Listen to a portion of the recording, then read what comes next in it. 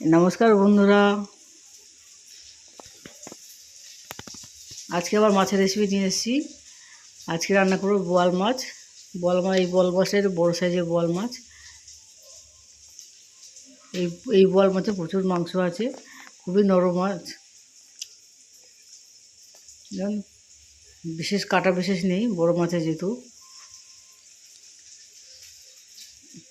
যত বড় বোয়াল মাছ তত ভালো খেতে স্বাদ লাগে। খুবই তৈলাক্ত একটা মাছ। পরিষ্কার করে ধুয়ে নিয়েছি, নুন হলুদ মাখিয়ে নিলাম। আমি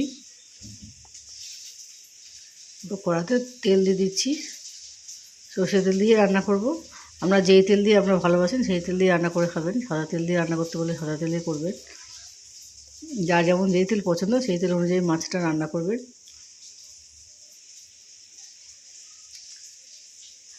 বোয়াল মাছগুলো এক এক করে ভালো মতো তেলে গরম হলে তবেই মাছটা দেবেন, নাহলে কিন্তু গায়ে তেল ছিটকাবে।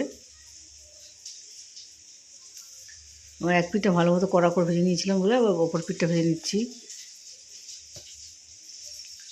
খুবই তৈলাক্ত মাছ, যত বড় সাইজ হবে তত বেশি তৈলাক্ত হয়ে যাবে। এই মাছ কম খাওয়াই ভালো, বেশি চর্বিযুক্ত মাছ এটা। স্বাদে কিন্তু খেতে অপূর্ব। যারা বোয়াল মাছ খান তারা একবার খেলে বারে বারে খাবেন। এই মাছ এতটা লোভনীয় যে বারে বারে খেতে ইচ্ছে করবে। ভালো মতো রান্না করতে বললে এক থালা ভাত উঠে যাবে। একটু বেশি তেল লাগে, তেল মশলা দিয়ে রান্না করতে বলে দুর্দান্ত হয়। মাছগুলোকে ভালো করে ভাজা হয়ে গেলে তুলে নিচ্ছি আমি।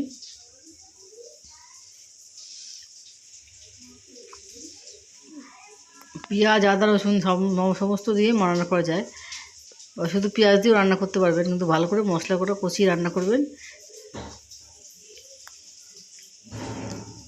আজকে আমি আর রসুনটা দেব না, রসুন ছাড়াই আমি মাছটা আজকে রান্না করব।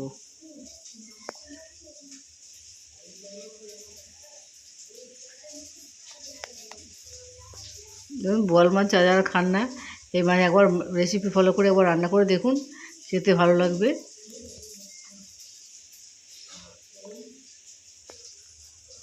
বাচ্চাদের এই মাছ না দেওয়াই ভালো, বাচ্চাদের না দিয়ে বড়রা খেয়ে দেখুন।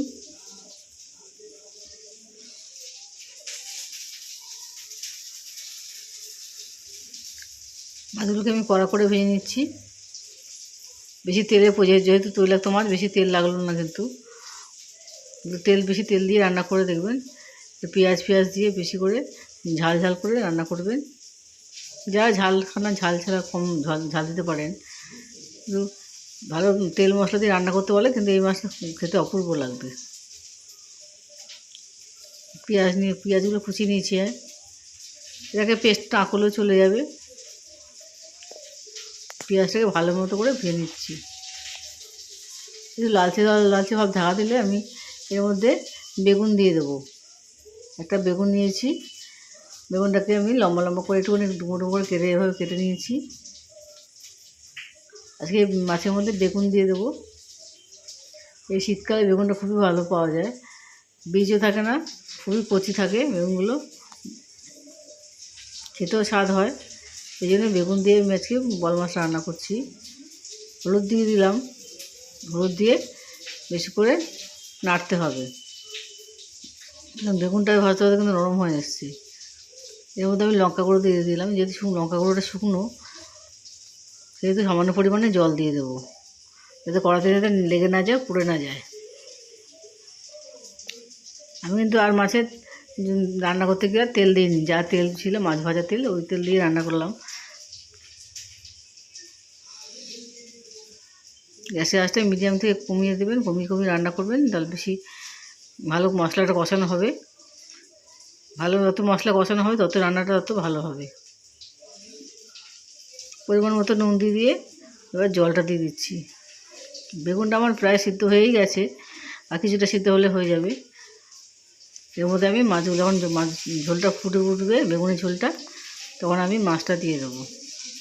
আপনারা অবশ্যই লাইক এবং সাবস্ক্রাইব করতে ভুলবেন না, কমেন্টে আমাকে অবশ্যই জানাবেন।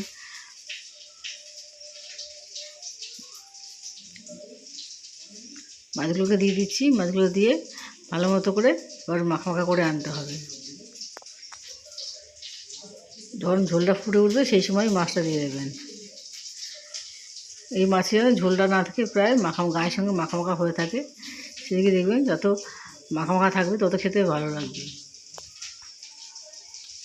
আমার প্রায় শুকিয়ে এসছে। এর মধ্যে ধনেপাতা দিয়ে দিচ্ছি আমি। যারা ধনেপাতা পছন্দ করে না তারা না অ্যাভয়েড করবেন। ধনেপাতা দিয়ে আবার একটুখানি ফুটিয়ে দেবো। ধনেপাতাগুলো একটু ভালো মতো ঢুকে যাবে, নরম হয়ে যাবে। রেডি হয়ে গেছে আমার বোয়াল মাছের ঝাল। এবার গরম গরম সার্ভ করুন, পরিবার সবাইকে খাইয়ে দেখুন। এই বোয়াল মাছের ঝাল খেতে অপূর্ব লাগবে।